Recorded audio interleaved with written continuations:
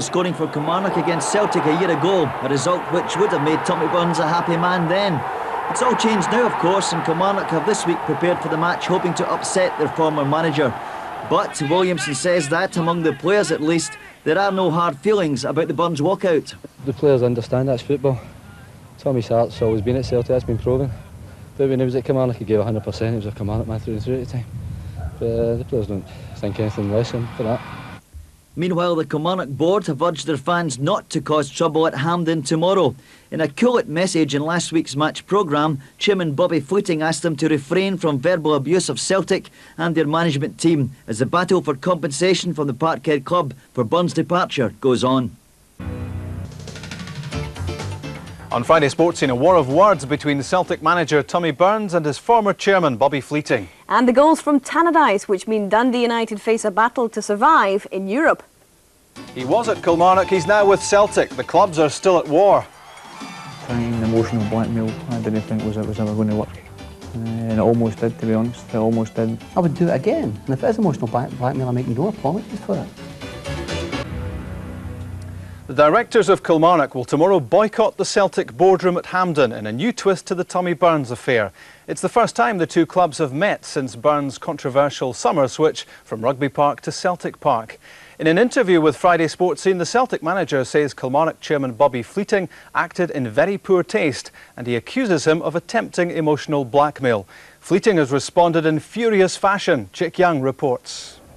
The ill feeling between Celtic and Kilmarnock over the alleged poaching of Tommy Burns and Billy Stark has reached a new high.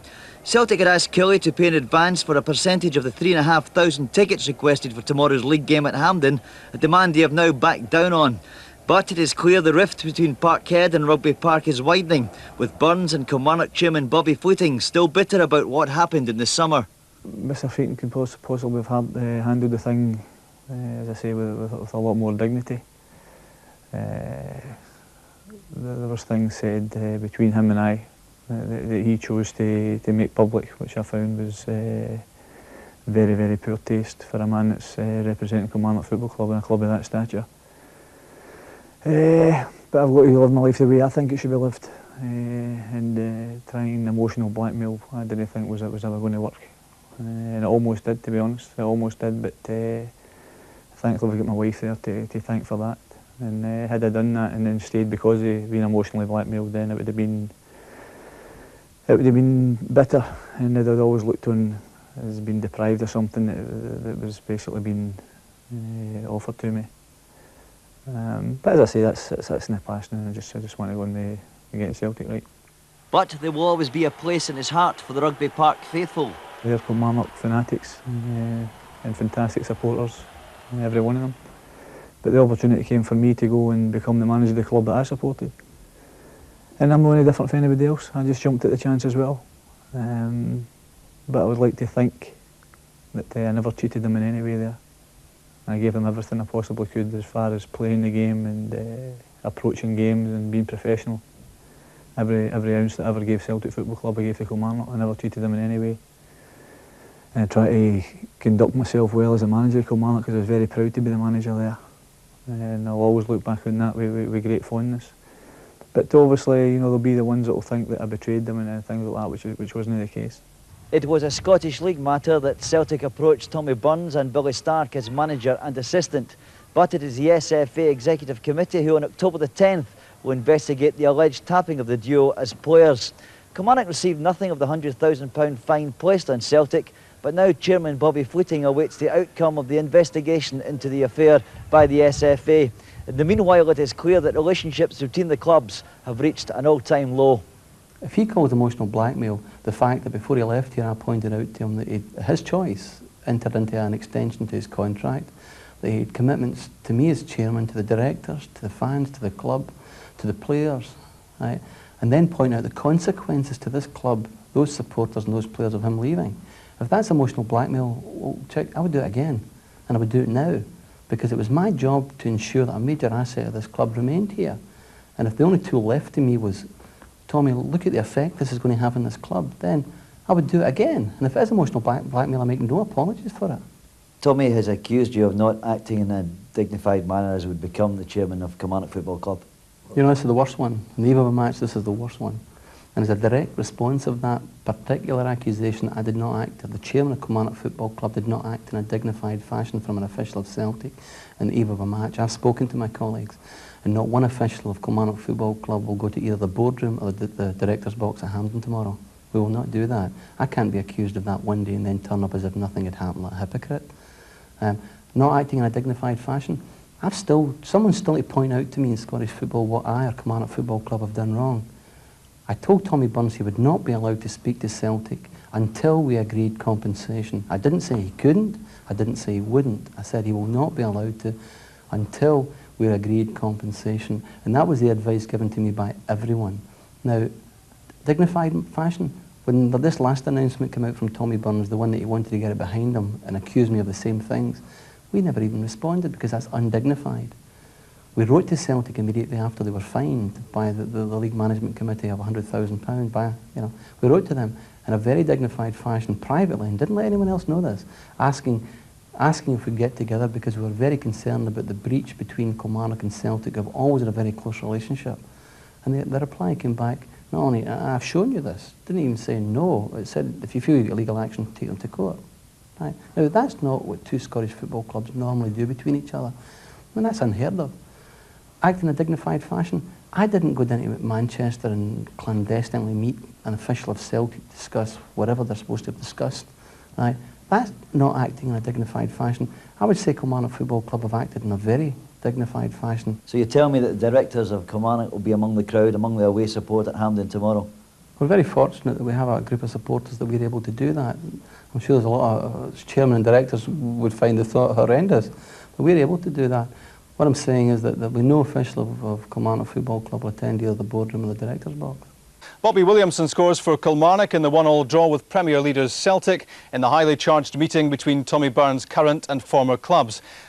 Final score, Celtic 1, Kilmarnock 1. As predicted, Kilmarnock's chairman Bob Fleeting shunned the director's box in favour of sitting with his paying fans, sending a clear message to the Celtic directors and the football authorities. He watched his team cope efficiently with the new potent Celtic and saw them take the lead in the 60th minute with a goal that had an element of farce. Sean McSkimming did no more than clear his lines. The ball fell between Mark McNally and Gordon Marshall. They both hesitated, but Kilmarnock striker Bobby Williamson didn't and nipped in to slot home. Then, just as it looked as if justice was served, Celtic got on level terms 3 minutes from time. Bobby Geddes brought off a great save from Simon Donnelly, but the rebound fell to Pat McGinley, who backheeled the ball into the net from 3 yards for a share of the pints. Final score, Celtic 1, Kilmarnock 1. Thanks, Alistair. And the row that simmers over Tommy Burns' move from the manager's job at Kilmarnock to the Celtic hot seat in the summer added to the attraction of their meeting at Hampden yesterday. And the feelings of some of the Kilmarnock support were very much in evidence, both visually and audibly.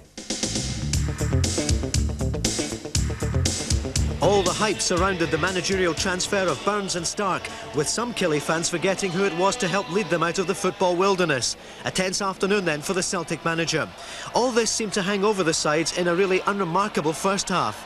The best chance fell to Celtic in only 4 minutes. Phil O'Donnell setting up Celtic's first opportunity, Andy Walker through, and a great save there from Bobby Geddes.